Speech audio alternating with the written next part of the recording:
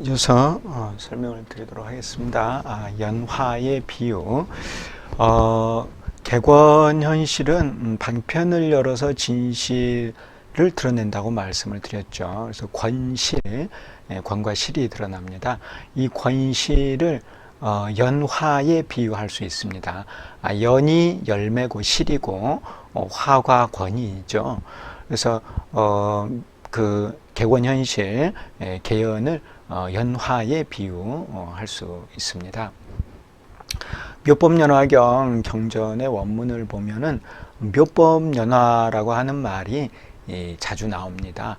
이 경전의 이름은 묘법연화다.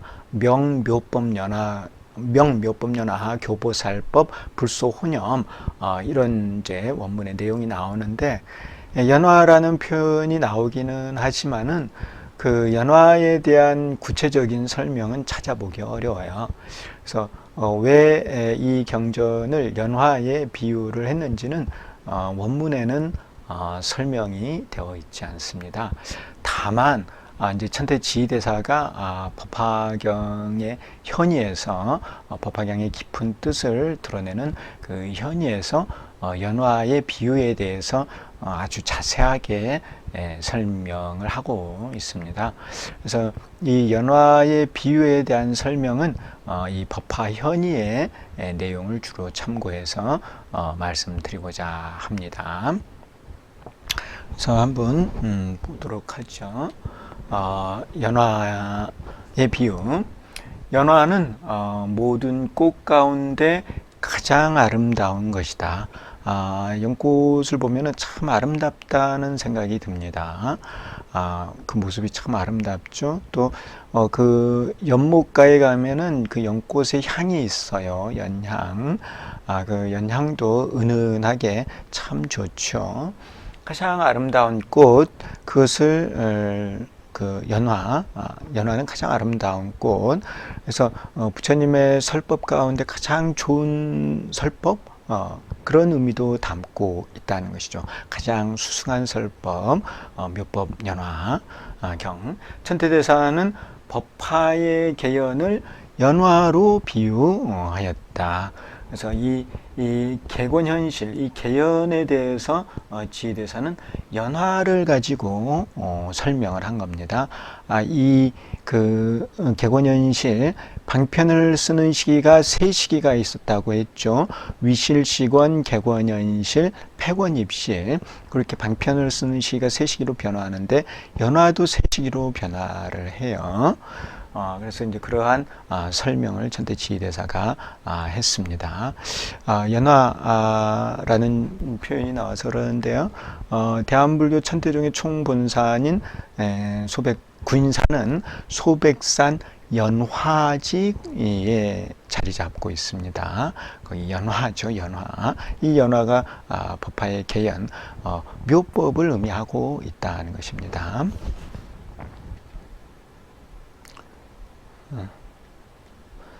자, 연화는 세 시기로 변화한다. 그래서 연꽃이 나오고 연꽃이 피고 연꽃이 진다. 이렇게 세 시기로 변화를 합니다. 그래서 다시 말해 이제 화생하고 화개하며 활락한다. 요 이제 화자가 꽃 화자가 아니고 빛날 화자죠. 어쨌든 요 화로 이렇게 표현을 합니다. 법화경은요.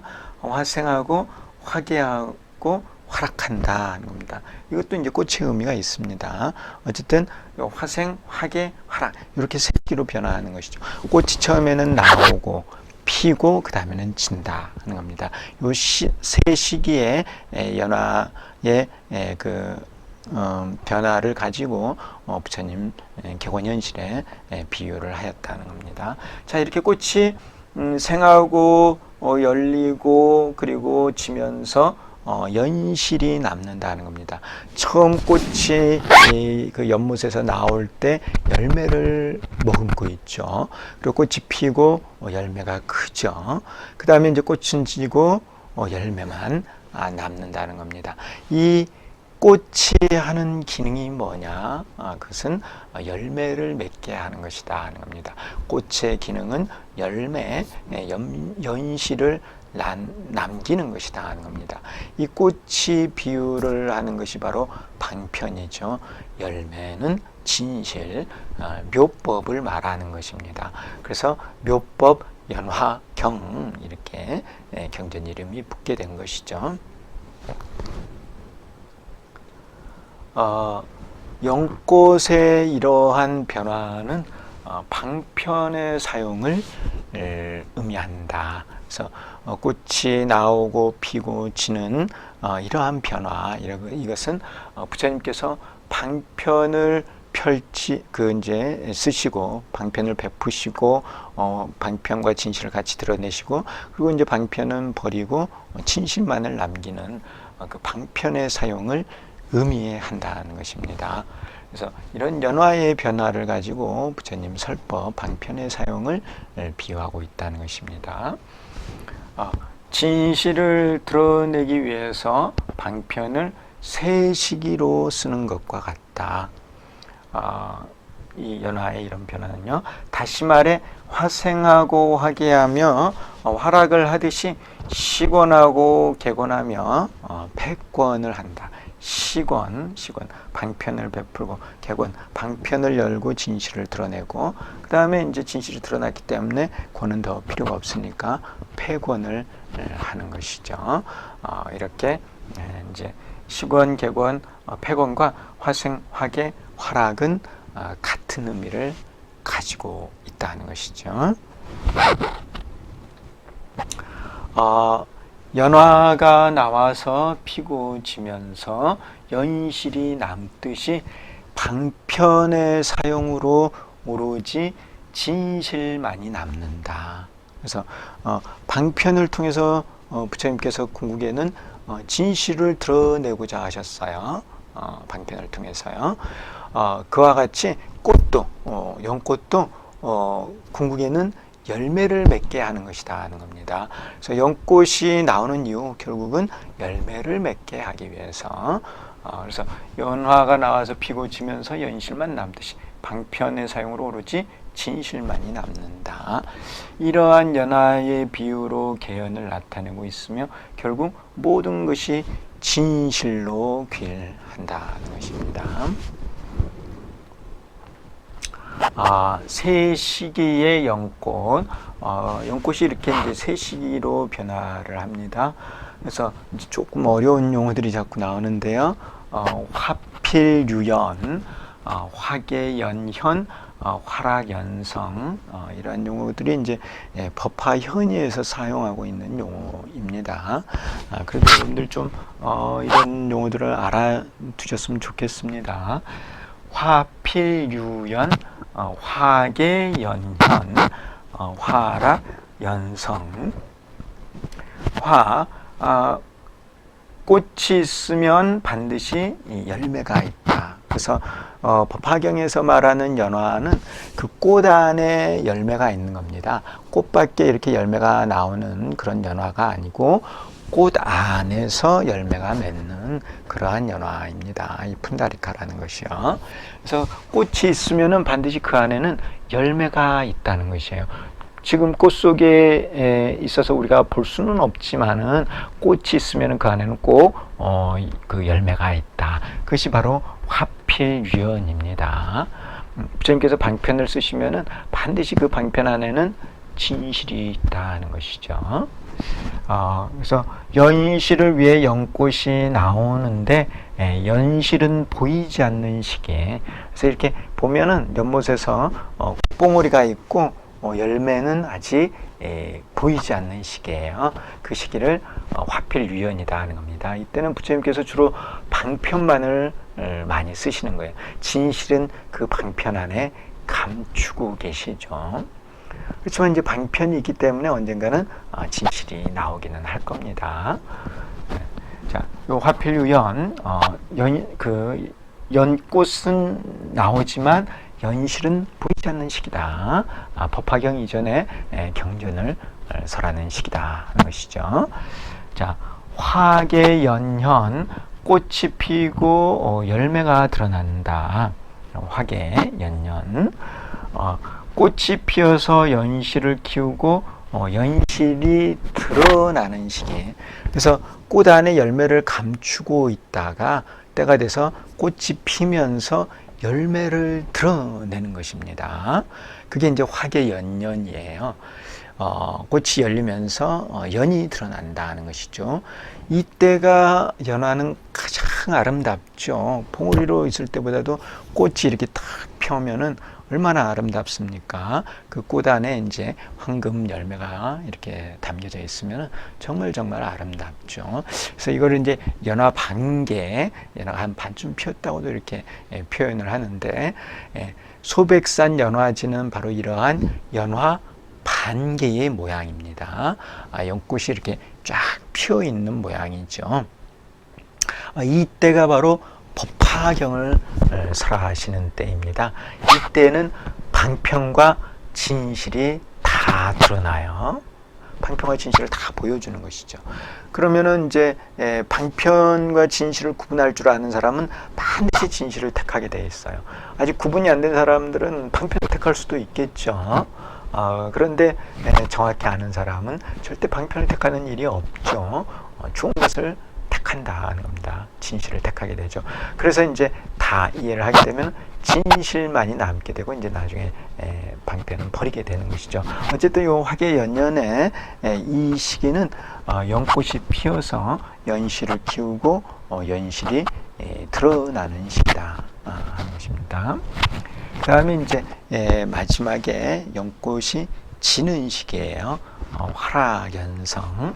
연꽃은 지고 연실은 번성하는 시기.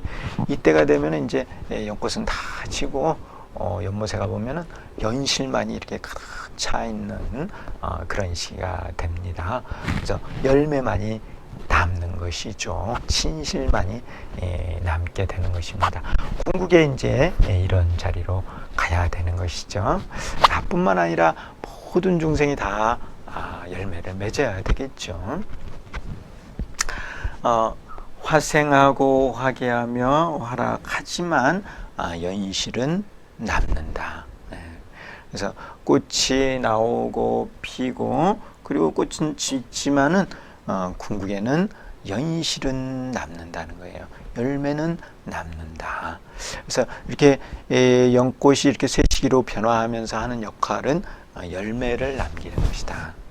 것이죠. 자, 이렇게 표로 한번 다시 정리를 해보았습니다. 화필유연, 화계연년, 화락연성.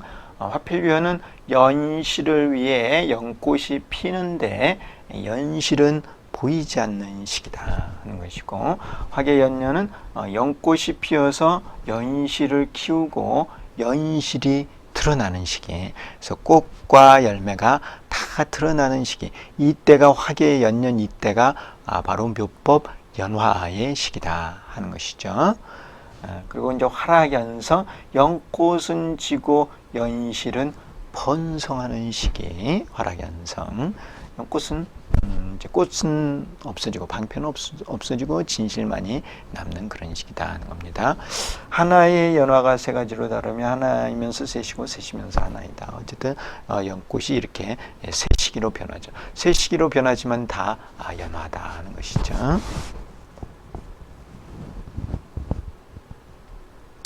자, 그래서 우리가 이 사진을 통해서 구체적으로 그 연화의 변화의 모습을 보도록 하죠. 그래서 이 화필유연의 시기, 꽃이 있으면 반드시 그 안에는 열매가 있다는 이 화필유연의 시기. 자, 꽃 모양이 어떤지 한번 보시겠습니다.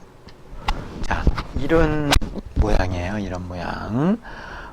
그래서 보면은 이렇게 꽃봉오리가 이 연못에서 나왔죠. 나와서 이렇게 봉오리를 맺고 있는데, 꽃봉오리를 맺고 있는데, 꽃은 있지만은 이 열매는 보이지 않아요.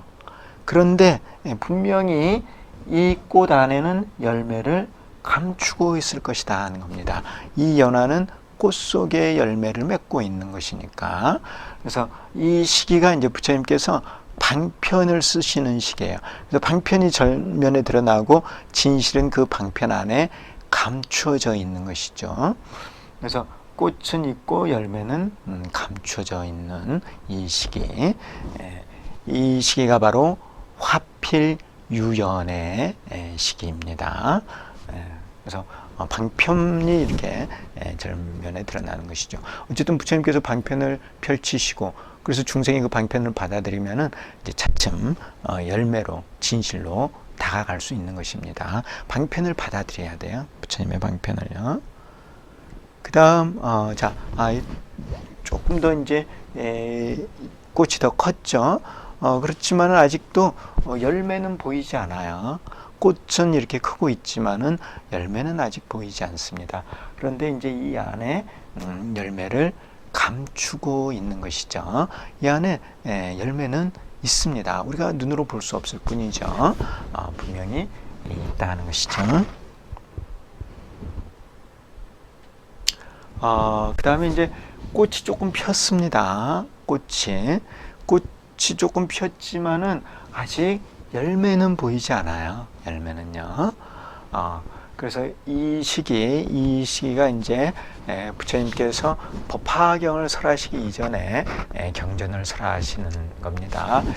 그래서 이제 천대지휘대사는 오시교에 기반을 해서 부처님께서 이제 경전을 설하시는 것을 설명을 하고 있습니다.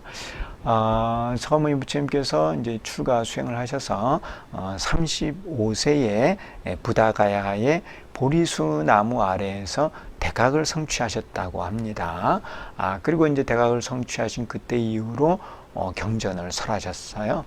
그래서 지금도 이제 부다가야에 가보면은 대보리사라고 하는 큰 사찰이 있습니다. 거기에 이제 부처님께서 앉아 계셨던 보리수 나무의 손자가 되는 보리수 나무가 크게 이렇게 뻗쳐져 있죠. 어쨌든 그곳에서 부처님께서 대각을 성취하셨어요. 성취하신 다음에 그 자리에서 설한 경전이 화엄경이라고 합니다. 화엄경을 부다가야의 그 보리수 나무 아래에서 설하셨어요. 그렇지만 그 화엄경은 방편과 진실이 같이 방편이 설해져 있어요. 이제 진실도 물론 그 방편 안에 감추어져 있지만은 방편이 전면에 드러나요. 어쨌든 보살들을 위해서 방편을 설하셨다는 거예요. 자, 그 다음에 부처님께서 그 부다가야에서 일어나셔서 오비구를 찾아갑니다. 5비구요. 같이 수행을 했던 비구들이 이제 부처님 곁을 떠나서 바라나시에 사르나트라고 하는 그 녹야원에 있었어요. 그래서 부처님께서 부다가야에서 일어나셔서 바라나시까지 가셨습니다.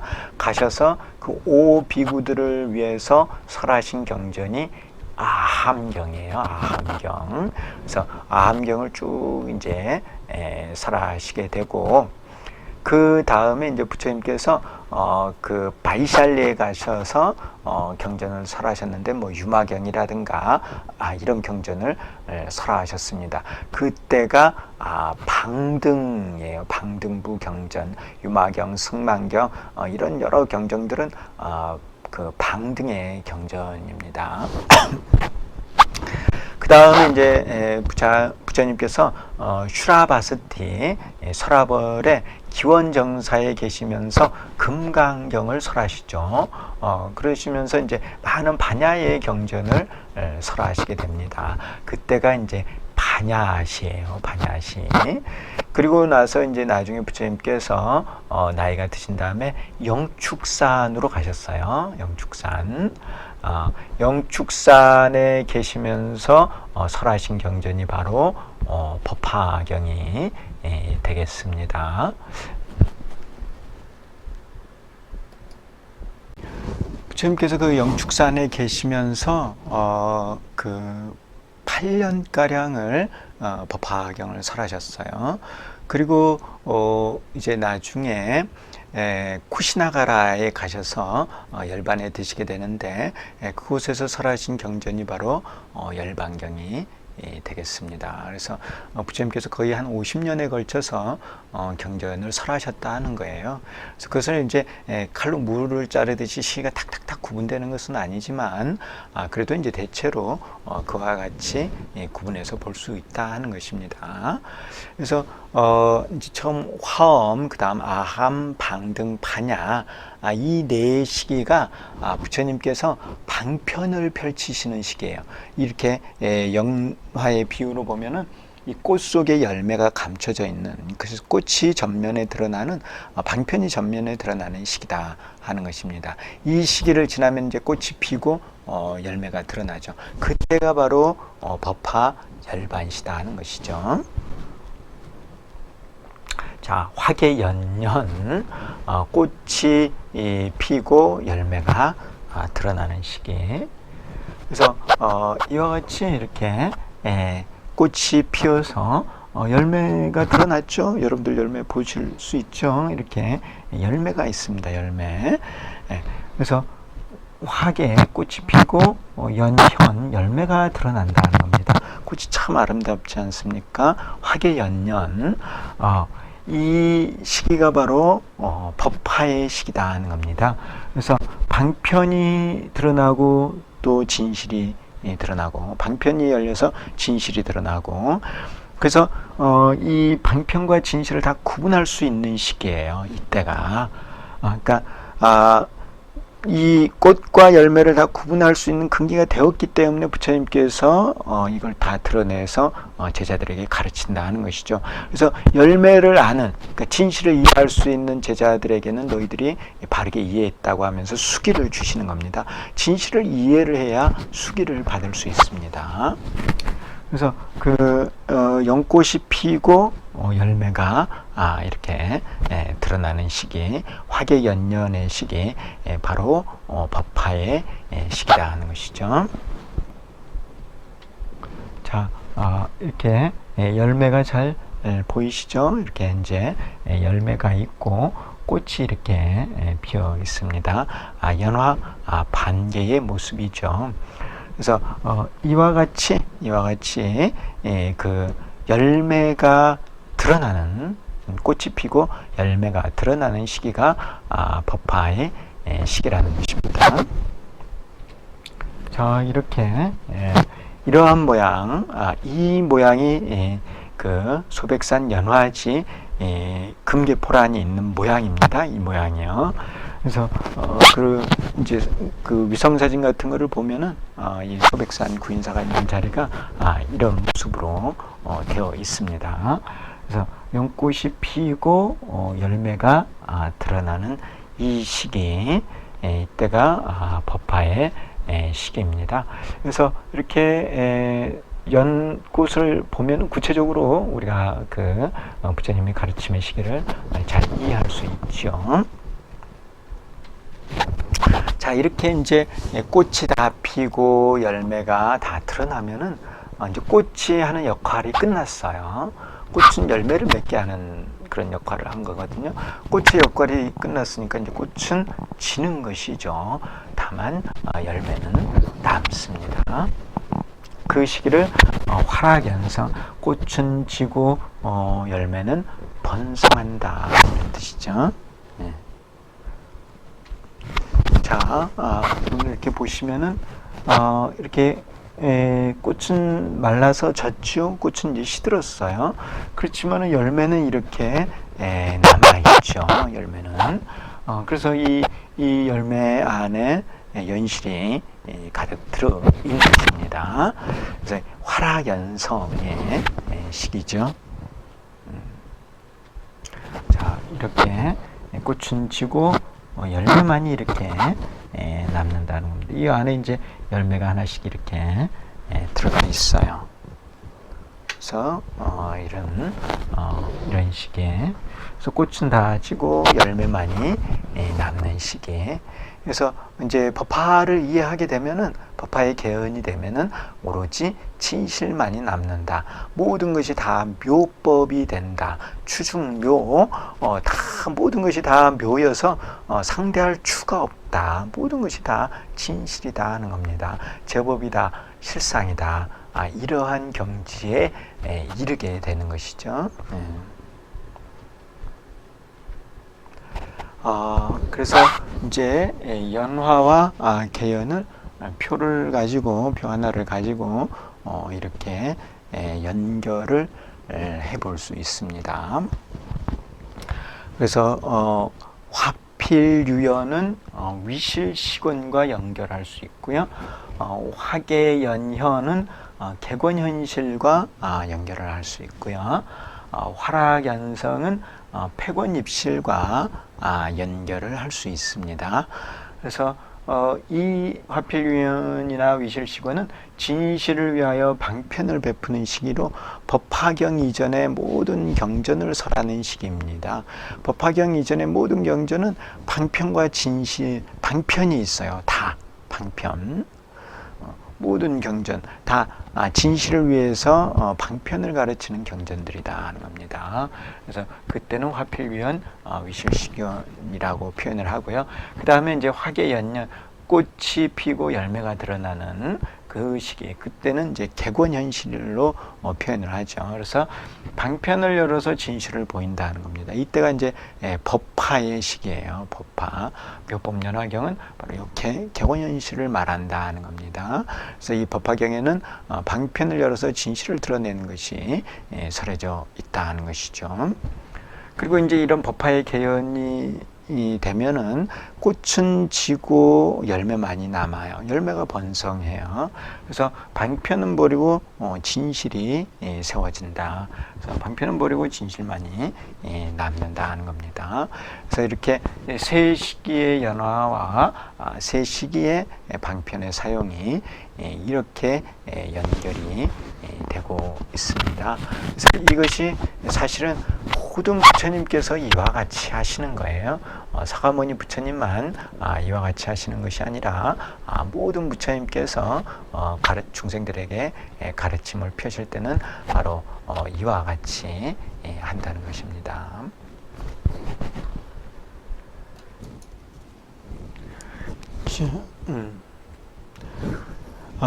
연화가 세 가지로 변화하면서 결국 연실만이 번성하게 되죠. 이것은 법화의 개연에 의하여 모든 추가 묘가 되는 것을 비유합니다. 그래서 결국은 법화경에서 말하고자 하는 것은 모든 것이 다 묘다 하는 겁니다. 그것이 법화경에서 말하고자 하는 것입니다. 그것이 부처님께서 우리들에게 가르쳐 주고자 하는 진리인 것입니다. 그것을 이제 한마디로 제법 실상이라고 이렇게 표현하죠. 자, 어쨌든 이러한 의미에서 연화는 묘법을 비유한다. 그래서 이 연화, 연이 이제 묘고 화가 추인데 추중묘예요. 결국은 절대묘라고 하죠. 모든 추가 다 묘니까 상대할 추가 없이 모든 것이 다 묘다. 그것을 절대묘 이렇게 표현을 합니다. 이제 여기까지 여러분들께 이 법화경의 가장 핵심이 되는 객원현실에 대해서 이제 간략히 설명을 드렸고요. 그 객원현실 개연을 연화에 비유를 하고 있다는 것입니다. 그래서 객원현실을 통해서 묘법으로 비유를 하고 그것은 연화에 비유를 할 수가 있고 그래서 경전의 이름이 묘법 연화 이렇게 되었다는 것입니다. 그래서 묘법 연화에 대한 개략적인 설명을 드렸습니다.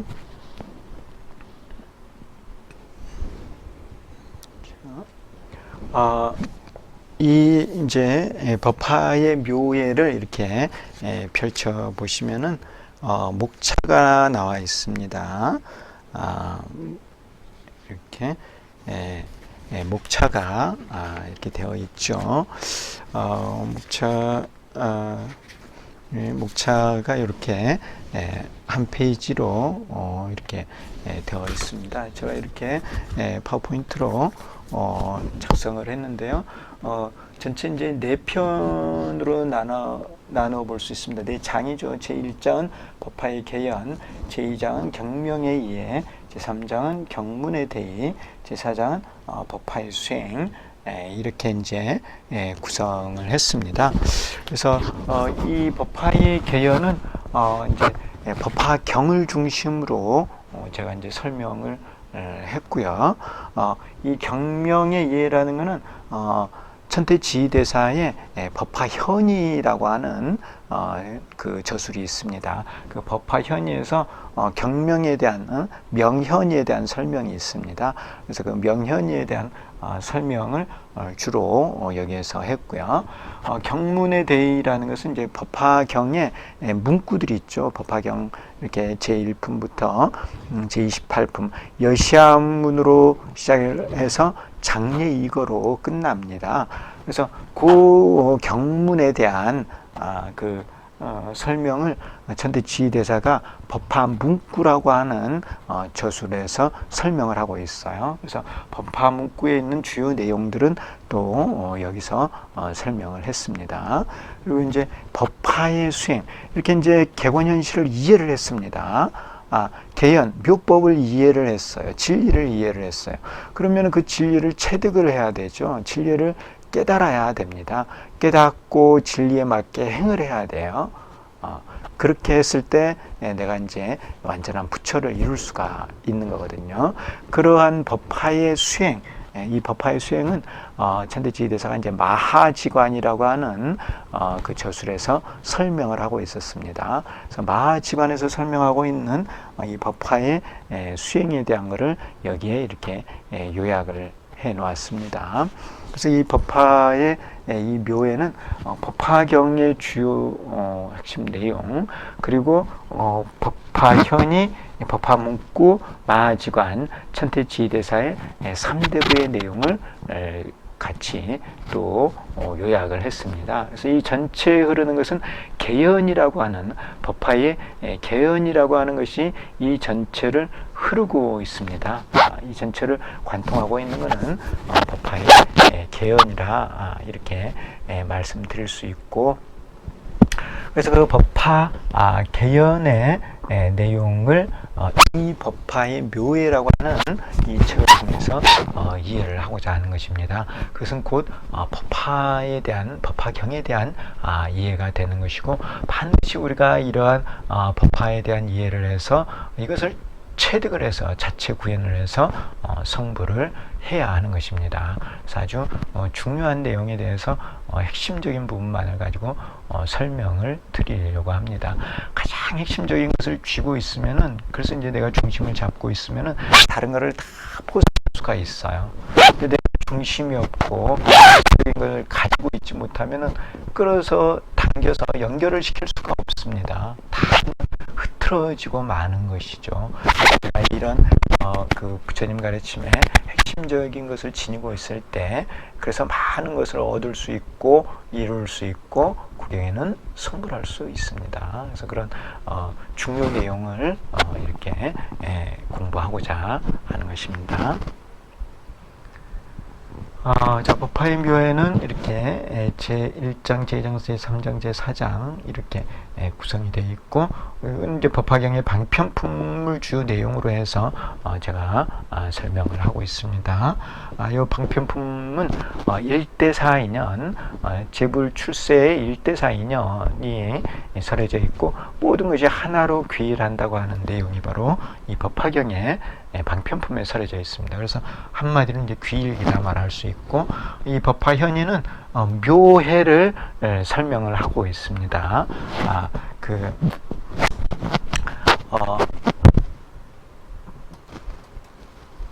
이 현이의 구성은 오중현이가 중심이 되고 있습니다. 명체종용교라고 하는 오중현이, 그게 이제 7번 공해와 오중각설, 이렇게 이제 되어 있는데요.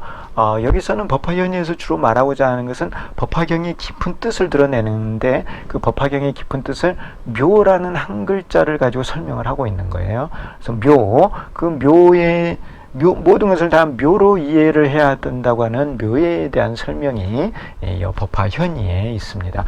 모든 것이 다 묘다 하는 겁니다. 묘. 그래서 모든 것을 묘로 이해할 수 있게끔 한다. 그래서 제가 이제 이렇게 묘예라고 했고, 이제 이 책도 제목을 법화의 묘예라고 이렇게 한 것입니다. 자, 법화 문구. 법화 문구는 이 경전의 내용을 설명을 하고 있는 것이죠. 천태대사가. 그래서 여기서는 이제 발심에 대한 내용이 많이 설해져 있습니다. 이 법화 문구는 천태지대사가 사종석을 썼다고 합니다. 사종석은 뭐냐면은 인연석, 약교석, 본적석, 관심석이에요. 그래서 인연석은 이제 사실단의 인연, 세계실단, 위인실단, 대치실단, 제1실단이라고 하는 사실단이 있습니다. 그 사실단의 인연에 따라 이제 부처님께서 법을 설하신다고 하는 그 사실단의 인연석이 있고요. 약교석은 이제 장통별언이 추가되고 있습니다.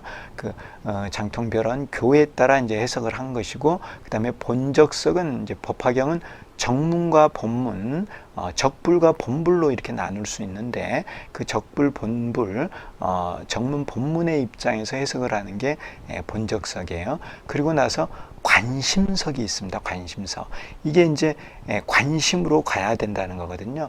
이 법화의 이런 내용을 이해하고 나서는 마음에서 내가 그것을 관해서 깨달아야 된다는 것입니다. 관심이죠. 관심. 마음을 관하는 것입니다. 그래서 이 법화 문구를 읽고 나면은 관심을 해야 되겠다. 발심을 해서 수행을 해야 되겠다 하는 마음이 생겨나게 되는 것입니다. 그래서 제가 이 법화 문구는 요 발심에 이렇게 연결을 해보았습니다.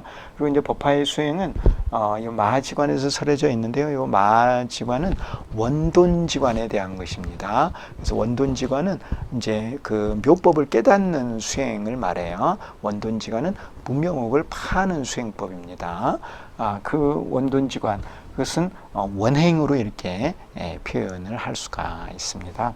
그래서 묘해를 하고 묘를 이해하고 그래서 묘를 깨닫겠다는 발심을 하고 그리고 실제로 그 깨닫는 원행을 해서 그래서 나와 남이 모두가 다 함께 성불을 해야 된다. 묘법에 귀의를 해야 된다. 이렇게 설명을 할 수 있습니다. 지금까지 이 그 법화의 중심 사상인 개연과 또 그 개연의 비유인 연화에 대한 설명, 그리고 이제 법화의 묘예의 이 기본 구성에 대한 말씀을 드렸습니다. 오늘 요 발간사를 한번 읽고 그 이번 학기 이제 강의의 중요 내용에 대한 설명을 마칠까 합니다. 제 책의 요 발간사입니다. 발간사에 이제 제가 요 책을 왜 썼는지 설명을 해 놓았습니다. 요 중요한 부분이니까 제가 읽도록 하겠습니다. 발간사. 법화경의 중심 사상은 객원현실이다. 이러한 개연 사상을 이해하는데 중점을 두었다. 본종의 소위 경전인 법화경과 이에 대한 천태대사의 주석서인 법화현의, 법화문구, 마하지관의 3대부를 중심으로 하였다. 제가 방금 설명을 드렸죠. 법화경과 법화현의, 법화문구, 마하지관, 이것을 이제 중심으로 하였다는 것입니다. 개연 사상이 법화경의 전체에 흐르고 있다. 법화경뿐만 아니라 이 개연사상을 설명한 법화현이나 법화문구, 마하지관에도 개연사상이 다 흐르고 있습니다.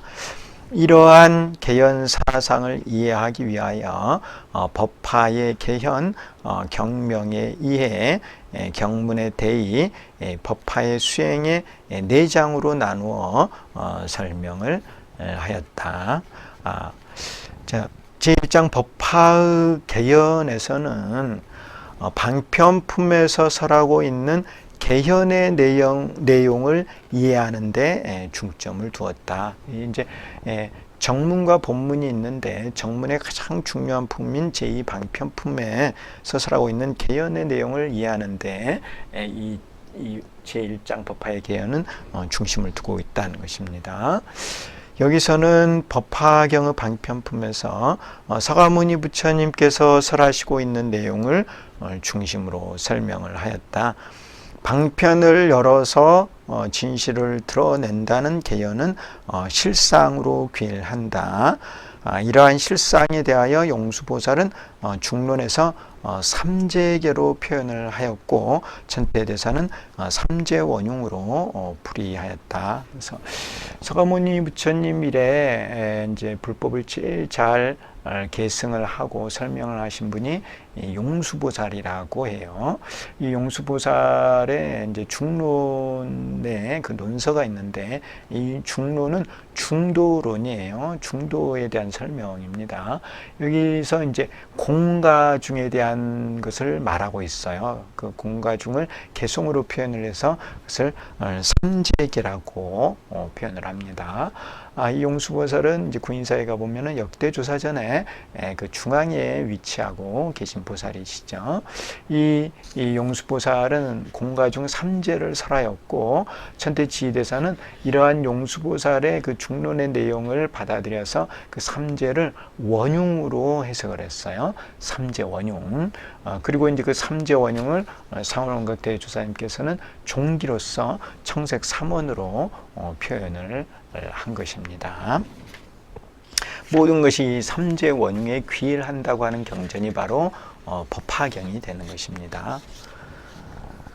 제2장 경명의 이해에서는 묘법연화경으로 나누어 해석을 하였다. 여기서는 천태대사가 법화현의에서 설하고 있는 내용을 중심으로 설명을 하였다. 묘법의 의미를 설명하면서 개연에 의하여 모든 법이 절대묘의 귀일함을 밝혔다. 특히 법화현의의 정문신묘와 본문신묘로서 묘법의 의미를 해석하였다. 연화의 의미를 설명하면서 법화의 개연이 연꽃과 연실로 비유되고 있음을 밝혔다. 경의 의미에 대하여는 법화현의에서 자세히 밝히고 있다. 이렇게 발간사를 썼는데요. 이 경명에 의해서는 묘법, 연화, 경 요 세 가지로 나누어서 설명을 하였고 이러한 그 내용도 개연을 중심으로 설명을 하였습니다. 제3장 경문의 대의에서는 전체 28품에서 개연이 중심 내용으로 흐르고 있음을 밝혔다. 여기서는 천태대사가 법화 문구에서 설하고 있는 내용을 중심으로 설명을 하였습니다. 28품이 서분, 정분, 유통분으로 삼분될 수 있다. 또한 28품을 정문과 본문으로 나누고 그 각각이 서분, 정분, 유통분으로 삼분될 수 있다. 정문의 정분에서는 이제 서분, 정분, 유통분이 있는데 이 서분, 정분, 유통분 가운데 정문이죠. 정분, 중심이 되는 정분. 정문의 정분에서는 객원연실을 중심으로 법설주, 비설주, 인연주의 3주 설법이 이어지고 있다. 본문의 정분에서도 객은현원을 중심으로 개연수기 영예로 설해주고 있다. 비록 본과 적이 다르다고 하여도 부사이한 하나다. 그래서 본불, 적불이 다르다고 하여도 부사이한 하나입니다. 원래는 원흉하죠. 원흉.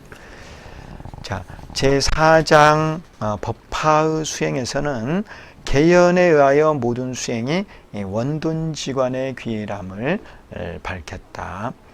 여기서는 천태대사가 마지관에서 설하고 있는 내용을 중심으로 설명을 하였다. 원돈지관에서는 발보리심을 해서 일심삼관을 닦고 삼재원흉을 깨닫는다. 그리하여 중생을 제도하여 구경에는 모두 법신반야 해탈의 비밀장으로 들어가야 한다. 특히 일념을 대상으로 십승관법을 닦아서 무상불회를 이룰 수 있다. 그래서 법화의 수행에서는 마지관에서 설하고 있는 십승관법, 이게 삼재원흉을 깨닫는 법입니다. 묘법을 깨닫는 법이죠. 그래서 십승관법에 대해서 설명을 하였습니다. 법화의 개연에 의하면 제법이 그대로 실상이다. 세상의 모든 것이 묘법이 아닌 것이 하나도 없다. 중생이 일으키는 일념의 마음도 그대로 묘법이고 실상이며 삼재원흉하다. 이러한 제법의 실상을 이해하고 원돈지관의 수행으로 깨달아야 한다. 불교는 실천의 중심이 있다. 법화의 개연을 이해하고 발보리심을 하여 일념을 대상으로 원돈지관의 수행을 해서 구경에는 모두 무상불의 무해탈 무한 생명을 이루어야 한다. 그래서 우리가 수행을 통해서 상홀각 대조사님의 법어에 나와 있는 무상불의 무해탈 무한 생명을 자체 구현해야 합니다. 이것이 우리가 이제 법화경을 배우는 이유인 것이죠. 이 법화경을 배우고 묘법을 이해해서 묘법을 깨닫는 수행을 해서 성불해야 한다는 것입니다. 오늘 그 첫째 날 강의 는 주로 이제 이 법화경의 중심 사상인 개연에 대한 설명을 드렸고요. 그것의 비유인 연화에 대한 설명, 그리고 이제 우리가 교재로 사용할 이 법화의 묘해의 기본 구성에 대한 말씀을 드렸습니다.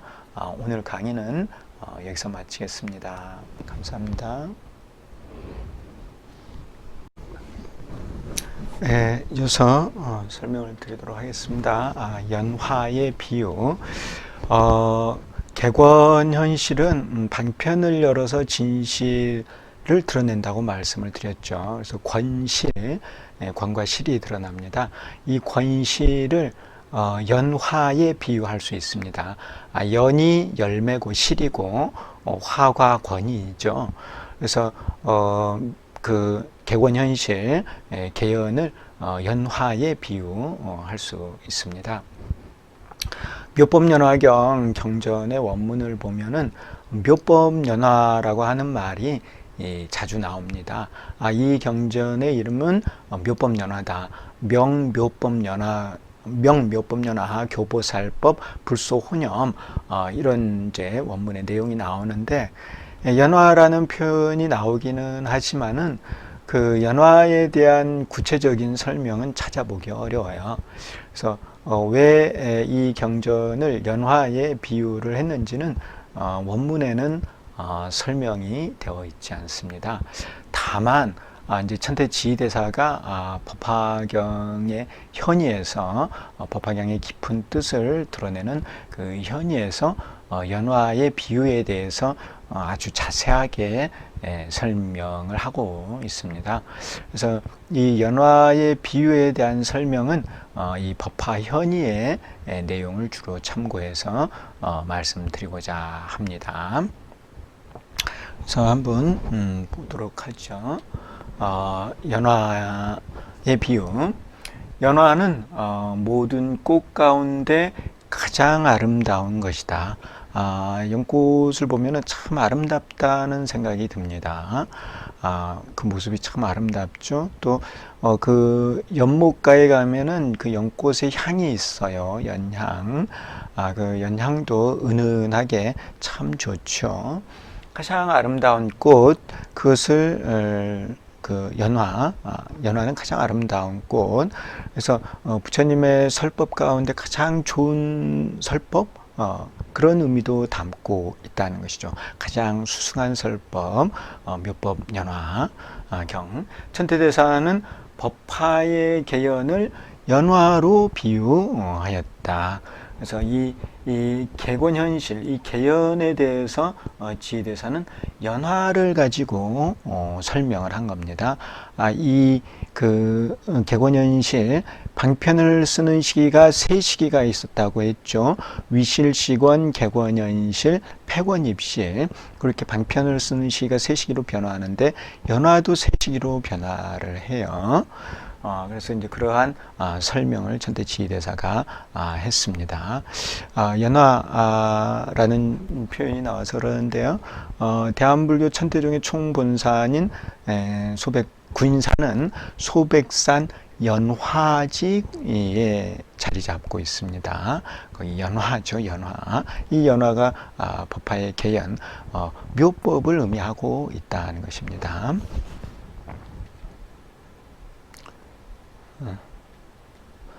자, 연화는 세 시기로 변화한다. 그래서 연꽃이 나오고 연꽃이 피고 연꽃이 진다.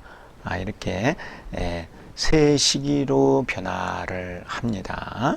그래서 다시 말해 이제 화생하고 화개하며 활락한다.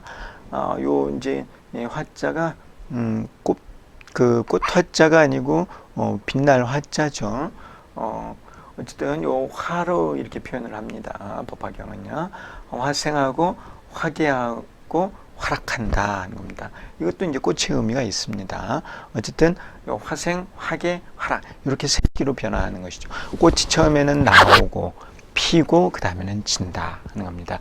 요 세 시기에 연화의 변화를 가지고 부처님 객원현실에 비유를 하였다는 겁니다. 자, 이렇게 꽃이 생하고 열리고 그리고 지면서 연실이 남는다는 겁니다.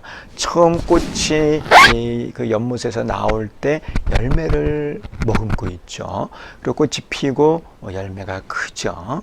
그 다음에 이제 꽃은 지고 열매만 남는다는 겁니다. 이 꽃이 하는 기능이 뭐냐? 그것은 열매를 맺게 하는 것이다 하는 겁니다. 꽃의 기능은 열매, 연실을 남기는 것이다 하는 겁니다. 이 꽃이 비유를 하는 것이 바로 방편이죠. 열매는 진실, 묘법을 말하는 것입니다. 그래서 묘법, 연화, 경 이렇게 경전 이름이 붙게 된 것이죠. 연꽃의 이러한 변화는 방편의 사용을 의미한다. 그래서 꽃이 나오고 피고 지는 이러한 변화, 이것은 부처님께서 방편을 이제 쓰시고 방편을 베푸시고 방편과 진실을 같이 드러내시고 그리고 이제 방편은 버리고 진실만을 남기는 그 방편의 사용을 의미한다는 것입니다. 그래서 이런 연화의 변화를 가지고 부처님 설법 방편의 사용을 비유하고 있다는 것입니다. 진실을 드러내기 위해서 방편을 세 시기로 쓰는 것과 같다. 이 연화의 이런 변화는요.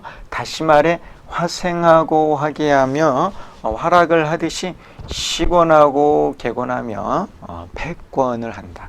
시권, 방편을 베풀고, 객원, 방편을 열고 진실을 드러내고, 그 다음에 이제 진실이 드러났기 때문에 권은 더 필요가 없으니까 패권을 하는 것이죠.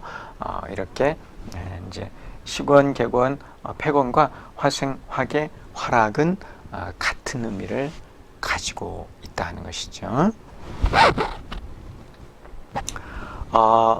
연화가 나와서 피고 지면서 연실이 남듯이 방편의 사용으로 오로지 진실만이 남는다. 그래서 방편을 통해서 부처님께서 궁극에는 진실을 드러내고자 하셨어요.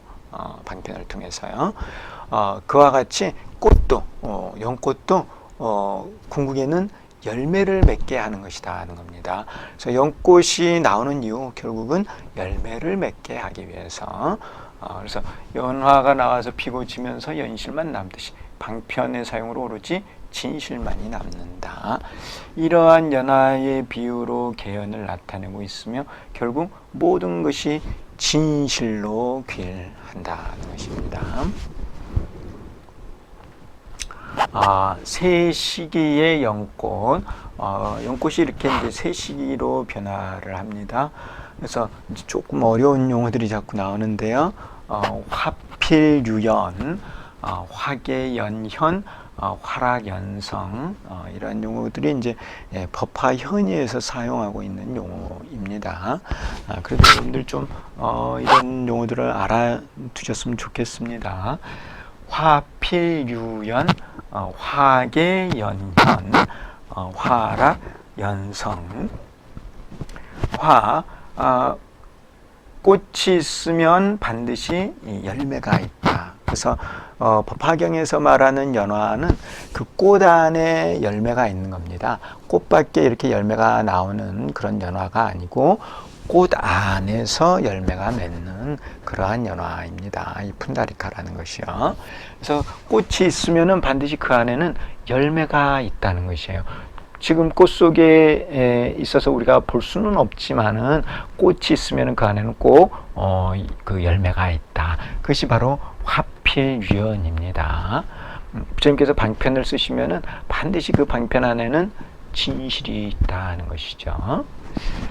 그래서 연실을 위해 연꽃이 나오는데 연실은 보이지 않는 시기에, 그래서 이렇게 보면은 연못에서 꽃봉오리가 있고 열매는 아직 보이지 않는 시기예요.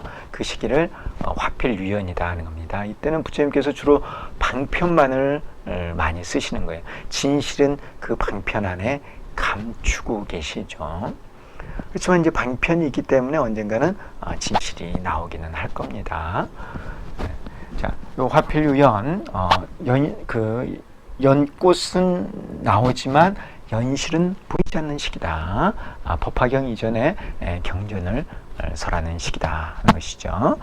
자, 화계연현, 꽃이 피고 열매가 드러난다.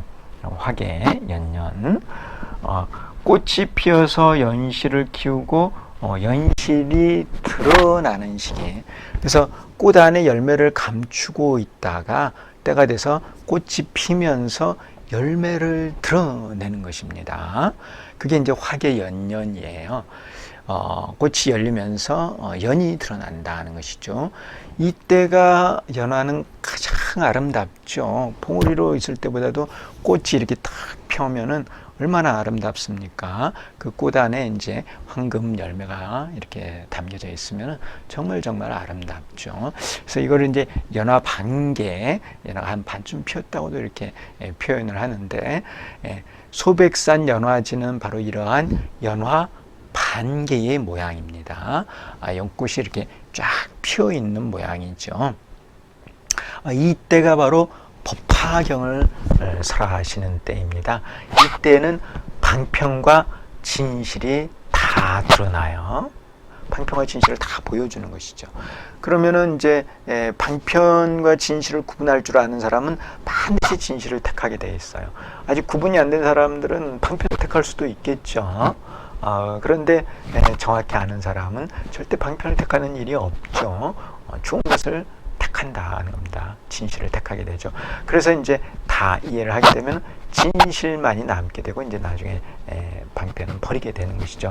어쨌든 이 화계연년의 이 시기는 연꽃이 피어서 연실을 키우고 연실이 드러나는 시기다 하는 것입니다. 그 다음에 이제 마지막에 연꽃이 지는 시기예요. 화락연성. 연꽃은 지고 연실은 번성하는 시기. 이때가 되면 이제 연꽃은 다 지고 연못에 가 보면은 연실만이 이렇게 가득 차 있는 그런 시기가 됩니다. 그래서 열매만이 남는 것이죠. 진실만이 남게 되는 것입니다. 궁극에 이제 이런 자리로 가야 되는 것이죠. 나뿐만 아니라 모든 중생이 다 열매를 맺어야 되겠죠. 화생하고 화개하며 화락하지만 연실은 남는다. 그래서 꽃이 나오고 피고 그리고 꽃은 지지만은 궁극에는 연실은 남는다는 거예요. 열매는 남는다. 그래서 이렇게 연꽃이 이렇게 새시기로 변화하면서 하는 역할은 열매를 남기는 것이다.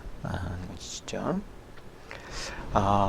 자, 이렇게 표로 한번 다시 정리를 해보았습니다. 화필유연, 화계연년, 화락연성. 화필유연은 연실을 위해 연꽃이 피는데 연실은 보이지 않는 시기다 하는 것이고, 화계연년은 연꽃이 피어서 연실을 키우고 연실이 드러나는 시기. 그래서 꽃과 열매가 다 드러나는 시기. 이때가 화계연년, 이때가 바로 묘법 연화의 시기다 하는 것이죠. 그리고 이제 화락연성, 연꽃은 지고 연실은 번성하는 시기. 화락연성. 연꽃은 이제 꽃은 없어지고 방편은 없어지고 진실만이 남는 그런 시기다 하는 겁니다. 하나의 연화가 세 가지로 다르면 하나이면서 셋이고 셋이면서 하나이다. 어쨌든 연꽃이 이렇게 세 시기로 변하죠. 세 시기로 변하지만 다 연화다 하는 것이죠.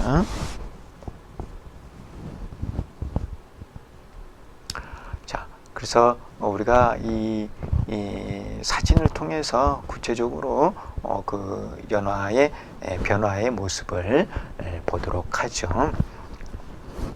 그래서 이 화필유연의 시기, 꽃이 있으면 반드시 그 안에는 열매가 있다는 이 화필유연의 시기. 자, 꽃 모양이 어떤지 한번 보시겠습니다. 자, 이런 모양이에요. 이런 모양.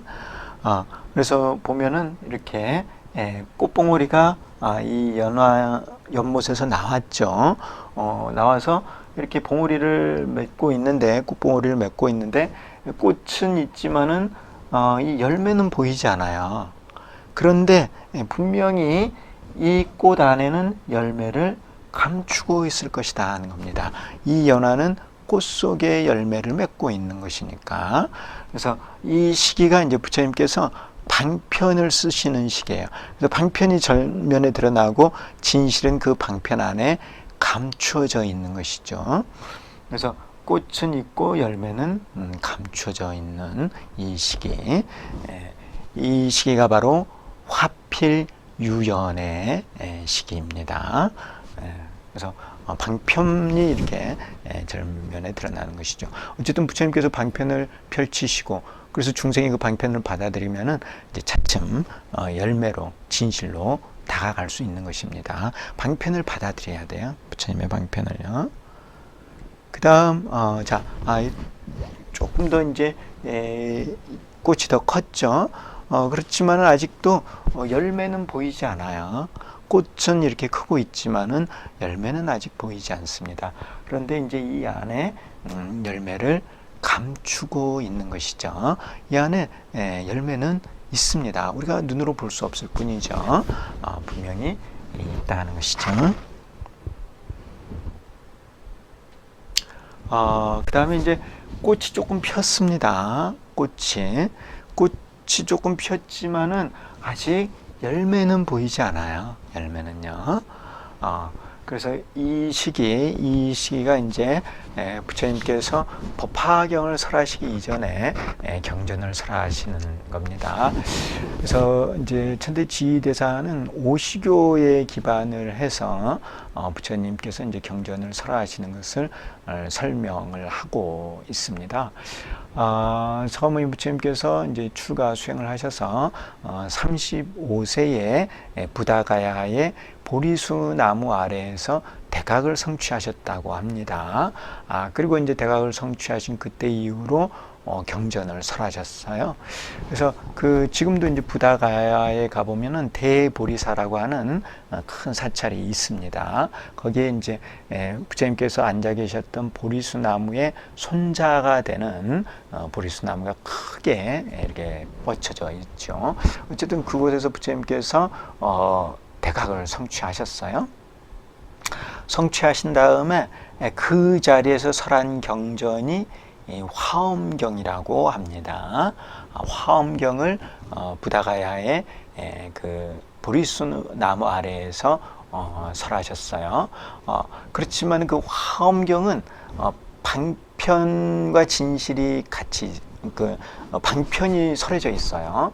이제 진실도 물론 그 방편 안에 감추어져 있지만은 방편이 전면에 드러나요. 어쨌든 보살들을 위해서 방편을 설하셨다는 거예요. 자, 그 다음에 부처님께서 그 부다가야에서 일어나셔서 오비구를 찾아갑니다. 5비구요. 같이 수행을 했던 비구들이 이제 부처님 곁을 떠나서 바라나시에 사르나트라고 하는 그 녹야원에 있었어요. 그래서 부처님께서 부다가야에서 일어나셔서 바라나시까지 가셨습니다. 가셔서 그 오비구들을 위해서 설하신 경전이 아함경이에요. 아함경. 그래서 아함경을 쭉 이제 설하시게 되고, 그 다음에 이제 부처님께서 그 바이샬리에 가셔서 경전을 설하셨는데 뭐 유마경이라든가 이런 경전을 설하셨습니다. 그때가 방등이에요. 방등부 경전, 유마경, 승만경 이런 여러 경전들은 그 방등의 경전입니다. 그 다음에 이제 부처님께서 슈라바스티 서라벌의 기원정사에 계시면서 금강경을 설하시죠. 그러시면서 이제 많은 반야의 경전을 설하시게 됩니다. 그때가 이제 반야시예요. 반야시. 그리고 나서 이제 나중에 부처님께서 나이가 드신 다음에 영축산으로 가셨어요. 영축산. 영축산에 계시면서 설하신 경전이 바로 법화경이 되겠습니다. 부처님께서 그 영축산에 계시면서 그 8년가량을 법화경을 설하셨어요. 그리고 이제 나중에 쿠시나가라에 가셔서 열반에 드시게 되는데 그곳에서 설하신 경전이 바로 열반경이 되겠습니다. 그래서 부처님께서 거의 한 50년에 걸쳐서 경전을 설하셨다 하는 거예요. 그래서 그것을 이제 칼로 물을 자르듯이 시가 탁탁탁 구분되는 것은 아니지만 그래도 이제 대체로 그와 같이 구분해서 볼 수 있다 하는 것입니다. 그래서 이제 처음 화엄, 그 다음 아함, 방등, 반야 이 네 시기가 부처님께서 방편을 펼치시는 시기예요. 이렇게 영화의 비유로 보면은 이 꽃 속에 열매가 감춰져 있는, 그래서 꽃이 전면에 드러나는 방편이 전면에 드러나는 시기다 하는 것입니다. 이 시기를 지나면 이제 꽃이 피고 열매가 드러나죠. 그때가 바로 법화 열반시다 하는 것이죠. 자, 화개연년, 꽃이 피고 열매가 드러나는 시기. 그래서 이와 같이 이렇게 꽃이 피어서 열매가 드러났죠. 여러분들 열매 보실 수 있죠. 이렇게 열매가 있습니다. 열매. 그래서 화개 꽃이 피고 연현 열매가 드러난다는 겁니다. 꽃이 참 아름답지 않습니까? 화개연년. 이 시기가 바로 법화의 시기다 하는 겁니다. 그래서 방편이 드러나고 또 진실이 드러나고, 방편이 열려서 진실이 드러나고, 그래서 이 방편과 진실을 다 구분할 수 있는 시기예요. 이때가. 그러니까 이 꽃과 열매를 다 구분할 수 있는 근기가 되었기 때문에 부처님께서 이걸 다 드러내서 제자들에게 가르친다 하는 것이죠. 그래서 열매를 아는, 그러니까 진실을 이해할 수 있는 제자들에게는 너희들이 바르게 이해했다고 하면서 수기를 주시는 겁니다. 진실을 이해를 해야 수기를 받을 수 있습니다. 그래서 그 연꽃이 피고 열매가 이렇게 드러나는 시기, 화개연년의 시기, 바로 법화의 시기다 하는 것이죠. 자, 이렇게 열매가 잘 보이시죠? 이렇게 이제 열매가 있고 꽃이 이렇게 피어 있습니다. 연화 반개의 모습이죠. 그래서 이와 같이 그 열매가 드러나는 꽃이 피고 열매가 드러나는 시기가 버파의 시기라는 것입니다. 자, 이렇게 이러한 모양, 이 모양이 그 소백산 연화지 금계포란이 있는 모양입니다. 이 모양이요. 그래서 이제 그 위성 사진 같은 거를 보면은 이 소백산 구인사가 있는 자리가 이런 모습으로 되어 있습니다. 그래서 연꽃이 피고 열매가 드러나는 이 시기, 이때가 버파의 시기입니다. 그래서 이렇게 연꽃을 보면 구체적으로 우리가 그 부처님의 가르침의 시기를 잘 이해할 수 있죠. 자, 이렇게 이제 꽃이 다 피고 열매가 다 드러나면은 이제 꽃이 하는 역할이 끝났어요. 꽃은 열매를 맺게 하는 그런 역할을 한 거거든요. 꽃의 역할이 끝났으니까 이제 꽃은 지는 것이죠. 다만 열매는 남습니다. 그 시기를 활화견성, 꽃은 지고 열매는 번성한다 이런 뜻이죠. 네. 자, 오늘 이렇게 보시면은 이렇게 꽃은 말라서 졌죠. 꽃은 이제 시들었어요. 그렇지만은 열매는 이렇게 남아있죠. 열매는. 그래서 이 열매 안에 연실이 가득 들어 있는 것입니다. 그래서 활화연성의 시기죠. 자, 이렇게 꽃은 지고 열매만이 이렇게 남는다는 겁니다. 이 안에 이제 열매가 하나씩 이렇게 들어가 있어요. 그래서 이런 시기에, 그래서 꽃은 다 지고 열매만이 남는 시기에, 그래서 이제 법화를 이해하게 되면은, 법화의 개연이 되면은 오로지 진실만이 남는다. 모든 것이 다 묘법이 된다. 추중묘, 다 모든 것이 다 묘여서 상대할 추가 없다. 모든 것이 다 진실이다 하는 겁니다. 제법이다, 실상이다. 이러한 경지에 이르게 되는 것이죠. 그래서 이제 연화와 개연을 표 하나를 가지고 이렇게 연결을 해볼 수 있습니다. 그래서 화필유연은 위실시곤과 연결할 수 있고요. 화계연현은 객원현실과 연결을 할 수 있고요. 활화견성은 폐권입실과 연결을 할 수 있습니다.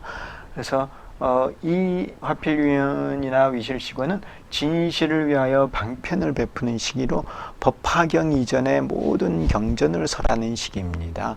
법화경 이전의 모든 경전은 방편과 진실, 방편이 있어요. 다 방편. 모든 경전 다 진실을 위해서 방편을 가르치는 경전들이다 하는 겁니다.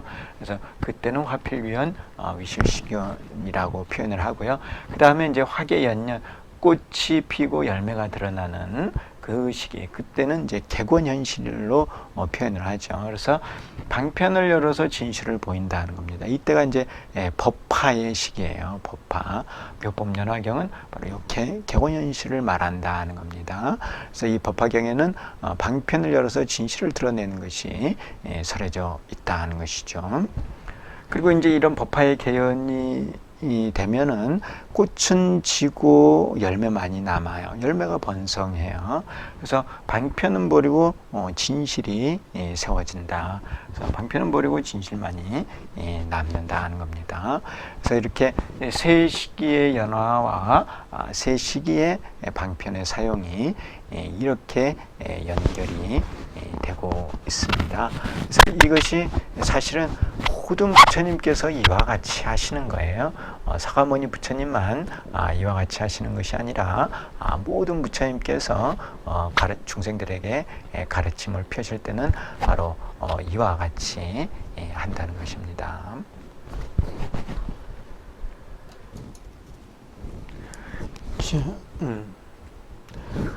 연화가 세 가지로 변화하면서 결국 연실만이 번성하게 되죠. 이것은 법화의 개연에 의하여 모든 추가 묘가 되는 것을 비유합니다. 그래서 결국은 법화경에서 말하고자 하는 것은 모든 것이 다 묘다 하는 겁니다. 그것이 법화경에서 말하고자 하는 것입니다. 그것이 부처님께서 우리들에게 가르쳐주고자 하는 진리인 것입니다. 그것을 이제 한마디로 제법 실상이라고 이렇게 표현하죠. 자, 어쨌든 이러한 의미에서 연화는 묘법을 비유한다. 그래서 이 연화, 연이 이제 묘고 화가 추인데 추중묘예요. 결국은 절대묘라고 하죠. 모든 추가 다 묘니까 상대할 추가 없이 모든 것이 다 묘다. 그것을 절대묘 이렇게 표현을 합니다. 이제 여기까지 여러분들께 이 법화경의 가장 핵심이 되는 객원현실에 대해서 이제 간략히 설명을 드렸고요. 그 객원현실 개연을 연화에 비유를 하고 있다는 것입니다. 그래서 객원현실을 통해서 묘법으로 비유를 하고 그것은 연화에 비유를 할 수가 있고 그래서 경전의 이름이 묘법 연화 이렇게 되었다는 것입니다. 그래서 묘법 연화에 대한 개략적인 설명을 드렸습니다.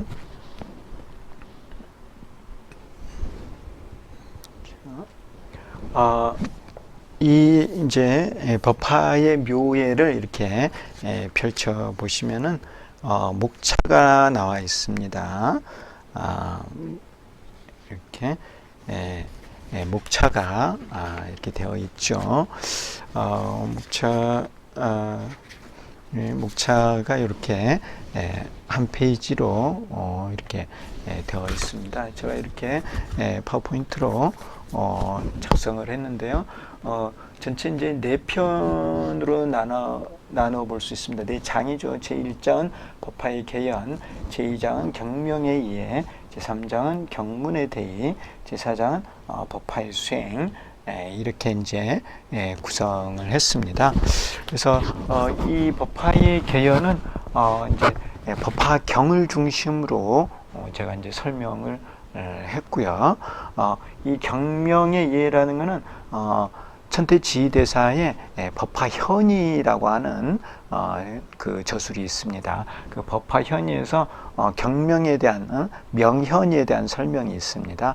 그래서 그 명현에 대한 설명을 주로 여기에서 했고요. 경문의 대의라는 것은 이제 법화경의 문구들이 있죠. 법화경 이렇게 제1품부터 제28품 여시아문으로 시작해서 장례이거로 끝납니다.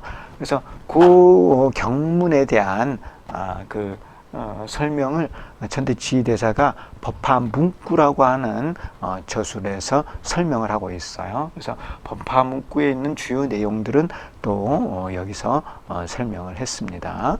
그리고 이제 법화의 수행, 이렇게 이제 객원현실을 이해를 했습니다. 개연, 묘법을 이해를 했어요. 진리를 이해를 했어요. 그러면 그 진리를 체득을 해야 되죠. 진리를 깨달아야 됩니다. 깨닫고 진리에 맞게 행을 해야 돼요. 그렇게 했을 때 내가 이제 완전한 부처를 이룰 수가 있는 거거든요.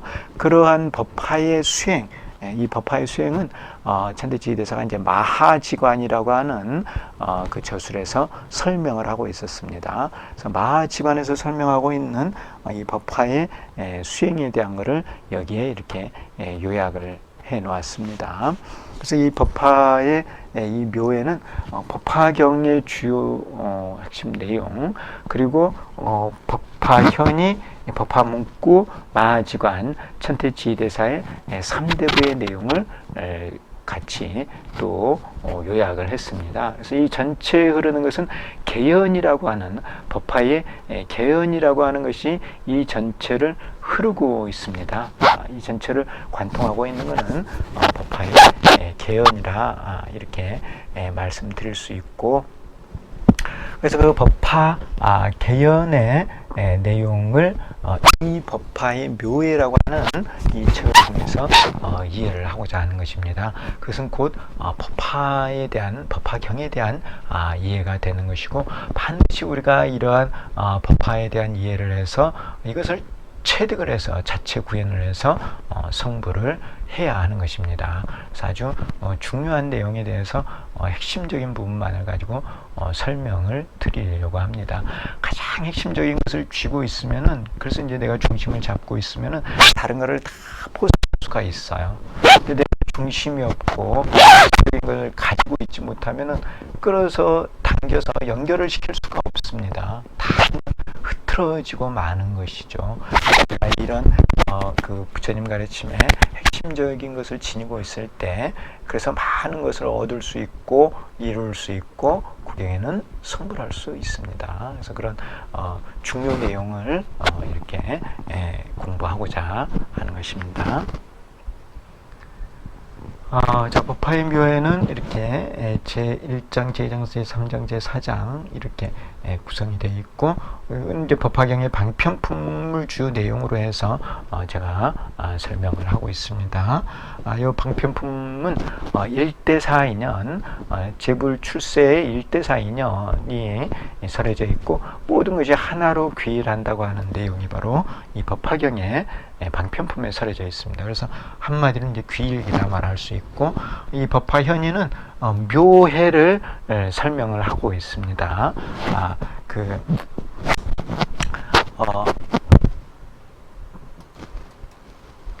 이 현의의 구성은 오중현의가 중심이 되고 있습니다. 명체종용교라고 하는 오중현의, 그게 이제 7번 공해와 오중각설로 이렇게 이제 되어 있는데요.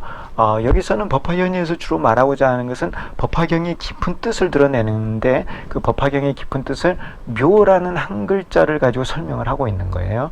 그래서 그 묘의 모든 것을 다 묘로 이해를 해야 된다고 하는 묘에 대한 설명이 이 법화현의에 있습니다.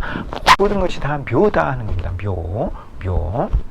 그래서 모든 것을 묘로 이해할 수 있게끔 한다. 그래서 제가 이제 이렇게 묘예라고 했고, 이제 이 책도 제목을 법화의 묘예라고 이렇게 한 것입니다. 자, 법화 문구.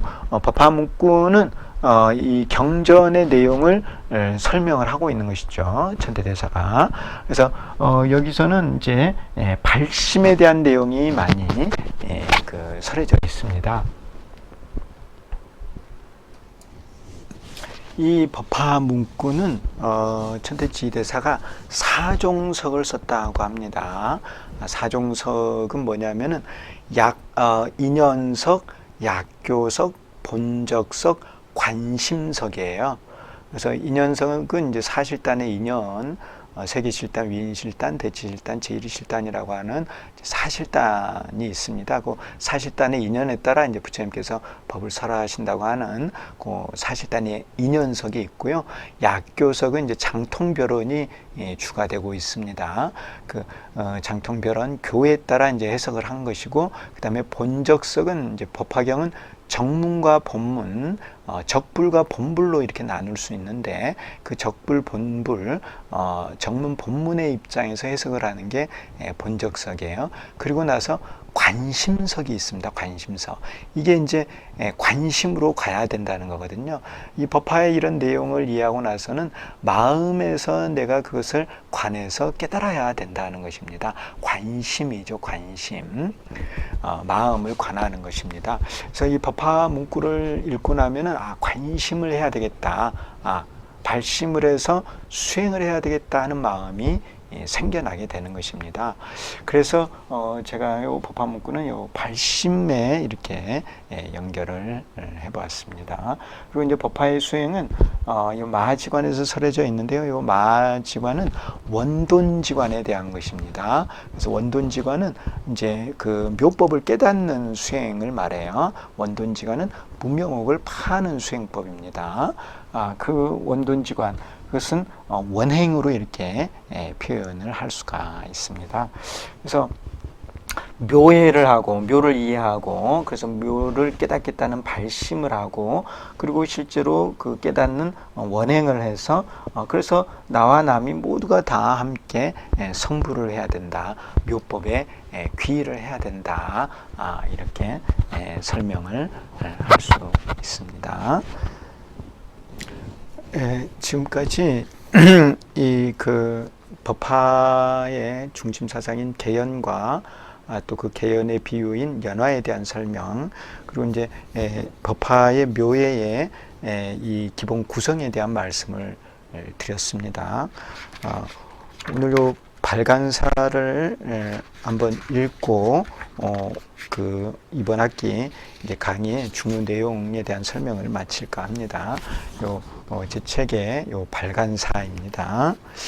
발간사에 이제 제가 요 책을 왜 썼는지 설명을 해 놓았습니다. 요 중요한 부분이니까 제가 읽도록 하겠습니다. 발간사. 법화경의 중심 사상은 객원현실이다. 이러한 개연 사상을 이해하는데 중점을 두었다. 본종의 소위 경전인 법화경과 이에 대한 천태대사의 주석서인 법화현이 법화문구 마지관의 3대부를 중심으로 하였다. 제가 방금 설명을 드렸죠. 법화경과 법화현이 법화문구 마지관 이것을 이제 중심으로 하였다는 것입니다. 개연 사상이 법화경의 전체에 흐르고 있다. 법화경뿐만 아니라 이 개연사상을 설명한 법화현이나 법화문구 마지관에도 개연사상이 다 흐르고 있습니다. 이러한 개연사상을 이해하기 위하여 법화의 개현, 경명의 이해, 경문의 대의, 법화의 수행의 4장으로 나누어 설명을 하였다. 제1장 법화의 개연에서는 방편품에서 설하고 있는 개현의 내용을 이해하는데 중점을 두었다. 이제 정문과 본문이 있는데 정문의 가장 중요한 품인 제2방편품에 서설하고 있는 개현의 내용을 이해하는데 이 제1장 법화의 개현은 중심을 두고 있다는 것입니다. 여기서는 법화경의 방편품에서 서가모니 부처님께서 설하시고 있는 내용을 중심으로 설명을 하였다. 방편을 열어서 진실을 드러낸다는 개연은 실상으로 귀일한다. 이러한 실상에 대하여 용수보살은 중론에서 삼재계로 표현을 하였고 천태대사는 삼재원흉으로 풀이하였다. 그래서 서가모니 부처님 이래 이제 불법을 제일 잘 계승을 하고 설명을 하신 분이 용수보살이라고 해요. 이 용수보살의 이제 중론에 그 논서가 있는데 이 중론은 중도론이에요. 중도에 대한 설명입니다. 여기서 이제 공가중에 대한 것을 말하고 있어요. 그 공가중을 개성으로 표현을 해서 그것을 삼재계라고 표현을 합니다. 이 용수보살은 이제 구인사에 가보면은 역대조사 전에 그 중앙에 위치하고 계신 보살이시죠. 이 용수보살은 공가중 삼재를 설하였고 천태지휘대사는 이러한 용수보살의 그 중론의 내용을 받아들여서 그 삼재를 원흉으로 해석을 했어요. 삼재 원흉. 그리고 이제 그 삼재 원흉을 상월원각대 조사님께서는 종기로서 청색 3원으로 표현을 한 것입니다. 모든 것이 삼재 원흉에 귀일한다고 하는 경전이 바로 법화경이 되는 것입니다. 제2장 경명의 이해에서는 묘법 연화 경으로 나누어 해석을 하였다. 여기서는 천태대사가 법화현의에서 설하고 있는 내용을 중심으로 설명을 하였다. 묘법의 의미를 설명하면서 개연에 의하여 모든 법이 절대묘의 귀일함을 밝혔다. 특히 법화현의의 정문신묘와 본무의 신묘로서 묘법의 의미를 해석하였다. 연화의 의미를 설명하면서 법화의 개연이 연꽃과 연실로 비유되고 있음을 밝혔다. 경의 의미에 대하여는 법화연의에서 자세히 밝히고 있다. 이렇게 발간사를 썼는데요. 이 경명에 의해서는 묘법, 연화, 경 요 세 가지로 나누어서 설명을 하였고, 이러한 내용도 개연을 중심으로 설명을 하였습니다. 제3장 경문의 대의에서는 전체 28품에서 개연이 중심 내용으로 흐르고 있음을 밝혔다. 여기서는 천태대사가 법화 문구에서 설하고 있는 내용을 중심으로 설명을 하였습니다. 28품이 서분, 정분, 유통분으로 삼분될 수 있다. 또한 28품을 정문과 본문으로 나누고 그 각각이 서분, 정분, 유통분으로 삼분될 수 있다. 정문의 정분에서는 이제 서분, 정분, 유통분이 있는데, 이 서분, 정분, 유통분 가운데 정문이죠. 정분, 중심이 되는 정분. 정문의 정분에서는 객원연실을 중심으로 법설주, 비설주, 인연주의 3주 설법이 이어지고 있다. 본문의 정분에서도 개근현원을 중심으로 개연수기 영예로 설해주고 있다. 비록 본과 적이 다르다고 하여도 부사이한 하나다. 그래서 본불, 적불이 다르다고 하여도 부사이한 하나입니다. 원래는 원흉하죠. 원흉. 자, 제4장 법화의 수행에서는 개연에 의하여 모든 수행이 원돈지관의 귀일함을 밝혔다.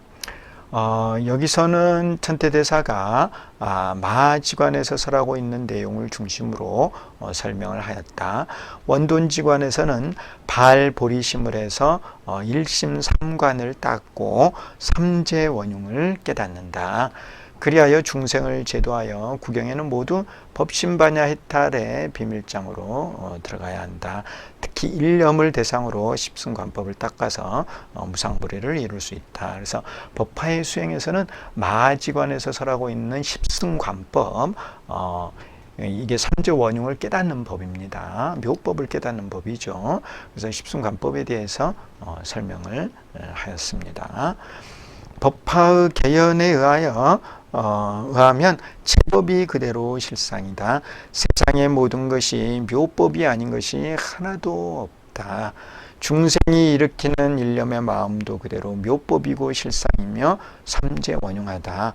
이러한 제법의 실상을 이해하고 원돈지관의 수행으로 깨달아야 한다. 불교는 실천의 중심이 있다. 법화의 개연을 이해하고 발보리심을 하여 일념을 대상으로 원돈지관의 수행을 해서 구경에는 모두 무상불의, 무해탈, 무한 생명을 이루어야 한다. 그래서 우리가 수행을 통해서 상월각 대조사님의 법어에 나와 있는 무상불의, 무해탈, 무한 생명을 자체 구현해야 합니다. 이것이 우리가 이제 법화경을 배우는 이유인 것이죠. 이 법화경을 배우고 묘법을 이해해서 묘법을 깨닫는 수행을 해서 성불해야 한다는 것입니다. 오늘 그 첫째 날 강의 는 주로 이제 이 법화경의 중심 사상인 개연에 대한 설명을 드렸고요. 그것의 비유인 연화에 대한 설명, 그리고 이제 우리가 교재로 사용할 이 법화의 묘해의 기본 구성에 대한 말씀을 드렸습니다. 오늘 강의는 여기서 마치겠습니다. 감사합니다.